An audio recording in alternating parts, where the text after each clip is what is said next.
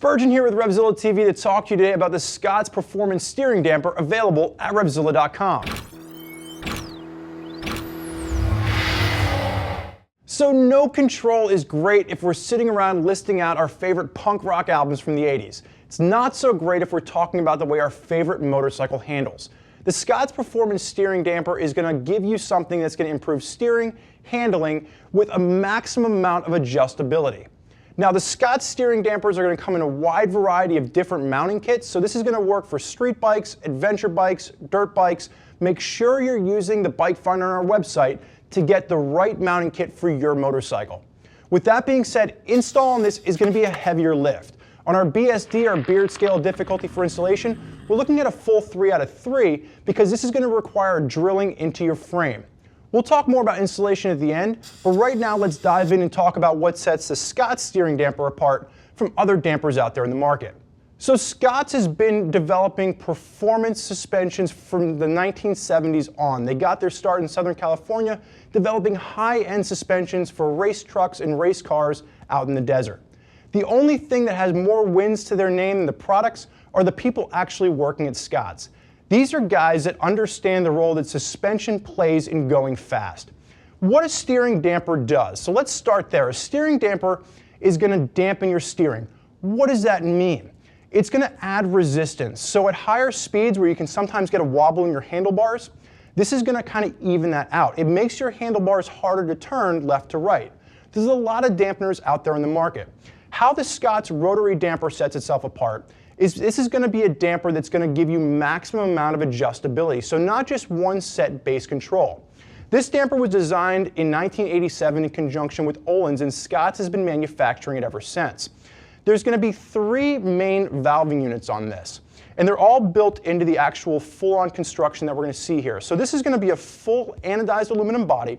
It's going to be CNC machined right down the street from Scott's headquarters, about 10 miles down the street. What you get is a product from development to full-on completion made in the United States. So once we get from the body here, we have different mounting points for your 3 valving controls. And this is where we're going to get into what sets Scott's apart. First and foremost, you have your regular base valve control. Your regular base valve control is going to be the same on any damper. This is going to be what controls the amount of resistance that's played as we're talking about your handlebar sweep. So with the Scott's, you've got 25 points of clear click-through resistance. So you get 25 set points where this actually clicks and finds a nice groove. This is going to be a lefty-loosey, righty-tighty mentality. As you switch to the right, maybe the terrain is getting rougher, maybe you're at higher speeds and you have a little bit of wobble in your handlebars, just 1 or 2 clicks to the right and it's going to add a little bit of resistance for you and it's going to firm you up nicely. On a really smooth track, maybe you want a little bit less resistance, few clicks to the left, and it's going to knock that resistance down, giving you freer range of motion in your handlebars. Now, Scott's is also going to have, and I'm going to remove this little rubber piece here, Scott's is also going to have a little slotted screw underneath here that's going to be your high-speed damper. Now this is going to be for you guys out there in motocross, if you're coming off of a wheelie, if you're in a situation where you're going to be riding through some potholes in the street and you have a lot of high impact jolts, this overrides your base damper and it just gives you high impact dampening. So if you come down really hard, you don't get that jolt in your handlebars. It overrides your base damper. Now this is going to come preset from the factory, and Scott's does recommend you go out and you spend a few hundred miles riding with the damper on your bike before you ever think about messing around with this. If you do need to mess around with it, you'll see there's a little nipple here which is going to act as your pointer. You never want to adjust this more than 1/8 of a turn. This is not going to be a set locked adjustment the way you're going to have with your base control, so you only want to make these adjustments in 1/8 of a turn increments. And again, preset from the factory, so don't mess around with this until you've got a few hundred miles under your belt. The last adjustment that we're going to see is Scott's is going to have a sweep adjuster.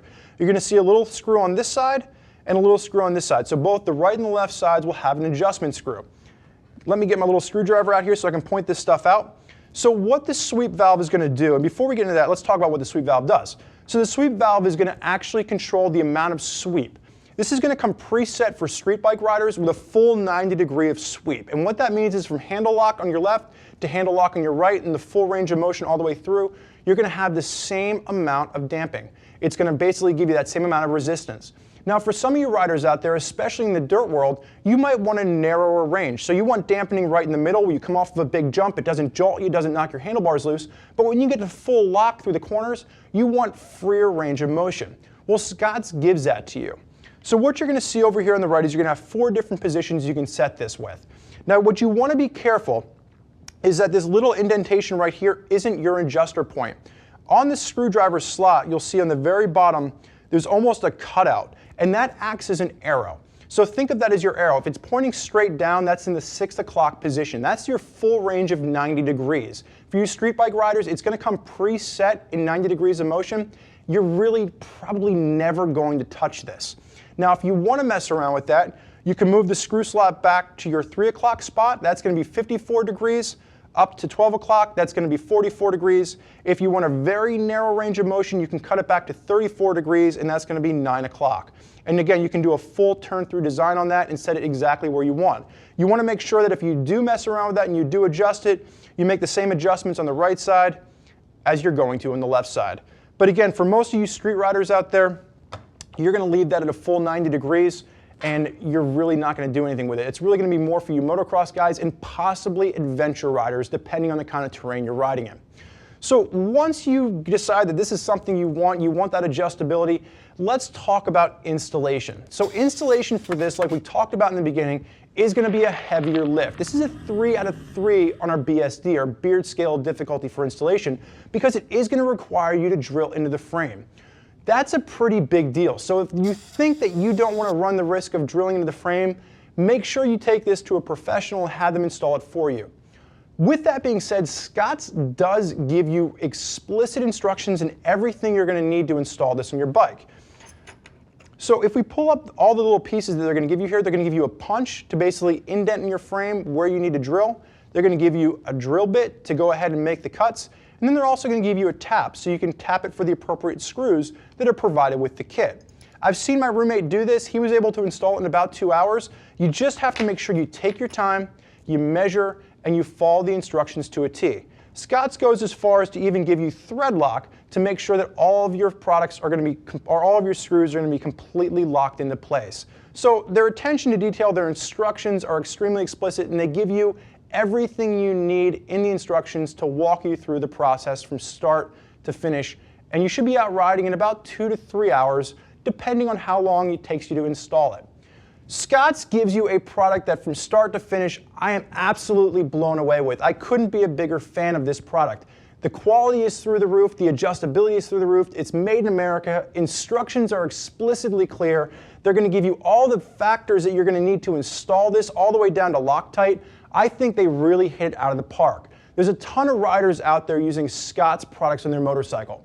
If you want to hear more about what they have to say, click below. Read other riders' opinions about what they like about the Scott's setup they have on their unique bikes. If you have more questions for us, never hesitate to give us a call. 877-792-9455 will get you on the phone with the Gear Geek, or simply type us out an email, cs@revzilla.com. Thank you for joining us for this look at the Scott's Performance Steering Damper. I'm Spurgeon. Enjoy the ride.